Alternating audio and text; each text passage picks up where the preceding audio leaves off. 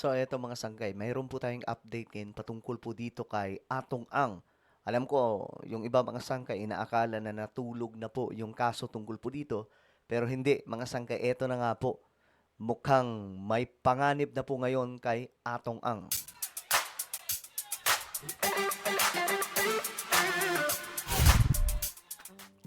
Yo guys, what's up? This is me. I'm back for another vlog today. At ayun nga po mga sangkay, meron po tayo ngayong balita. Bad news po ito sa part ni Atong Ang. Pero sa mga nabiktima, good news po ito sa kanila. Kasi ang prime suspect po talaga na tinitingnan ay si Atong Ang. Baka magkamali kayo ha. Magkaiba po si Atong Ang at Ramon Ang. Si Ramon Ang yung philanthropist. Okay. Anyway, bago tayo magtuloy-tuloy, sa mga hindi pa po dyan nakakapag-subscribe sa ating YouTube channel, road to 2 million subscribers na po tayo. Padami po tayo ng padami dito sa YouTube. Kaya naman ano pang hinihintay ninyo? Makikita nyo po yung subscribe button sa baba ng video na to.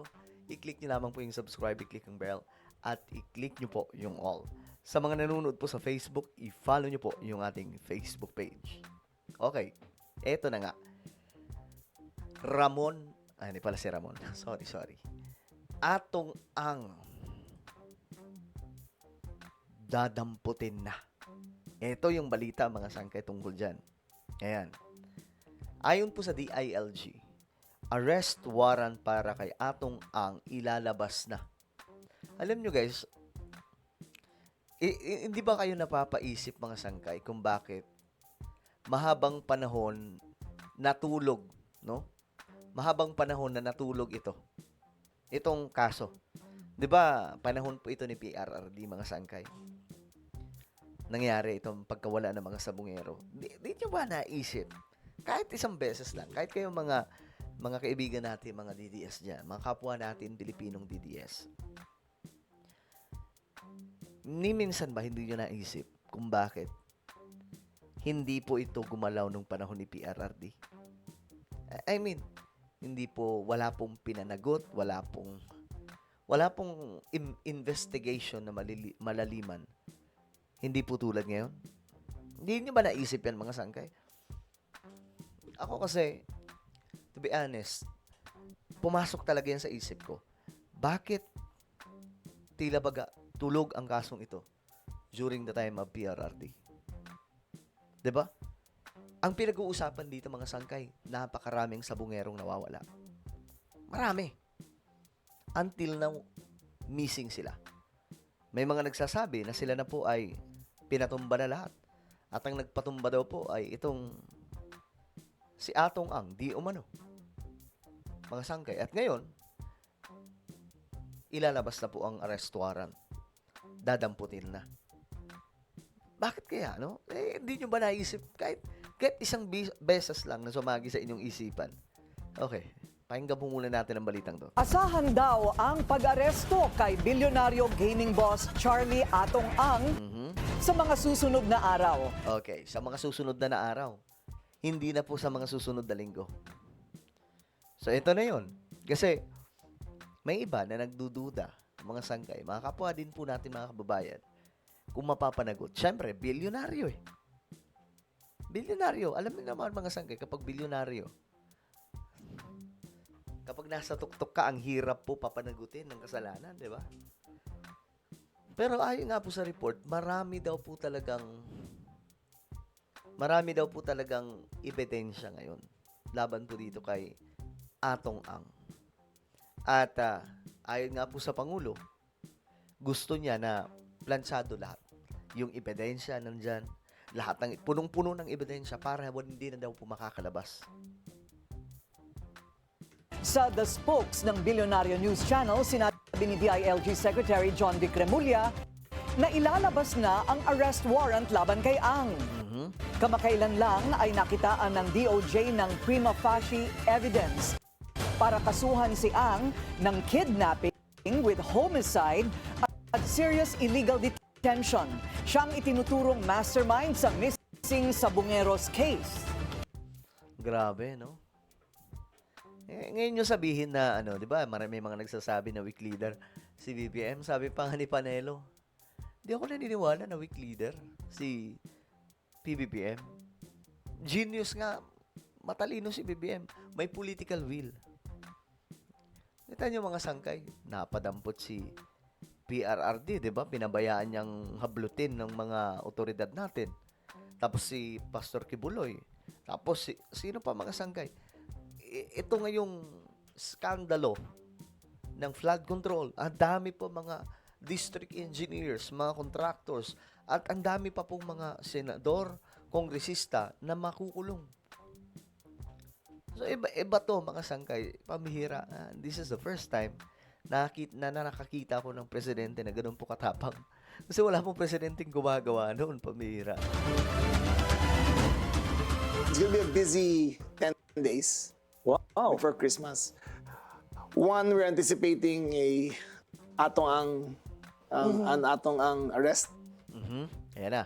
It's been filed in 4 courts all over the Philippines. So the first one to give a warrant of arrest, we're gonna arrest him with 31 others. They Okay. issued a warrant of arrest already. Not yet. Not yet. But all issues are joined. All informations have been filed. So.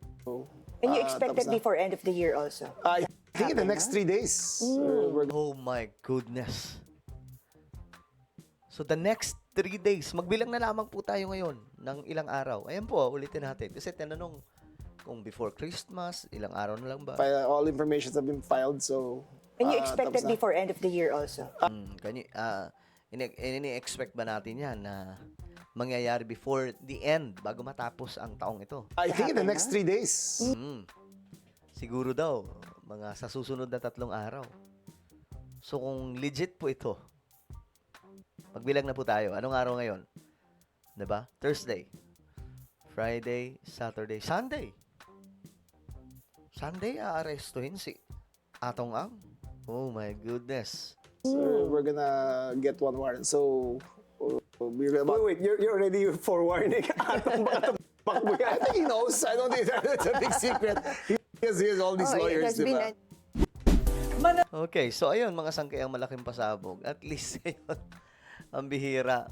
Sa tinagal-tagal ng panahon, ngayon pa lamang mapapanagot. Ito sabi dito, nauuna yung warning ni Remulla kay Atong Ang. Parang sinasabi ni Remulla, magtago ka na Atong. Ayan na kami, nakakatawa. Ayan na naman si Boy Prescon. Wala, nakatakas na yan. Puro pa-press na agad. Abisuhan na ang salarin. 10 days lang may warrant na. Hindi. Strong ka talaga, BBM. 10 days ba? Alam mo, 3 days. Tingnan nga natin. Ito to. A warrant of arrest. We're gonna arrest him with 31 others. They've issued a warrant of arrest already. Not yet. Not yet. But all issues are joined. All informations have been filed. So. And you expect tapos it na. before end of the year also? I think in the next 3 days. 3 days. So, next 3 days. Abangan po natin ito mga sangkay. Malaking balita ito sa Pilipinas. Kasi, dumaan po ng ilang mga taon, mga sangkay, bago po ito na-actionan. Di ba, this year lamang po na-actionan.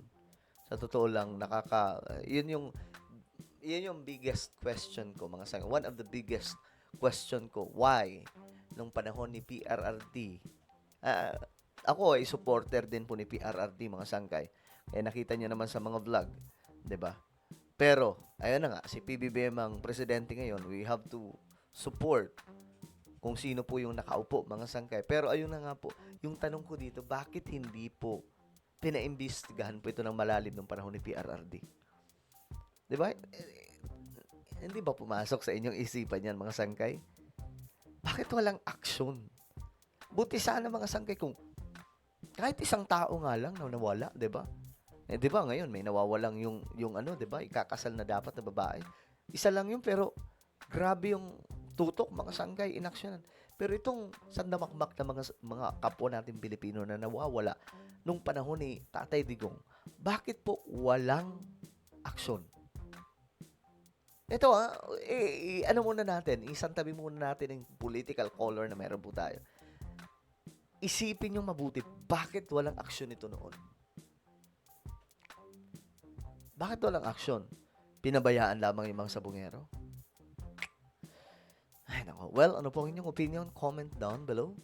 Mayroon po tayong YouTube channel, Sangkay Revelation. Hanapin niyo po ito sa YouTube ngayon din. kapag nakita nyo na, i-click nyo po yung subscribe, i-click ang bell, at i-click nyo po yung all. Ako na po ay magpapaalam. Mag-iingat pong lahat. God bless everyone.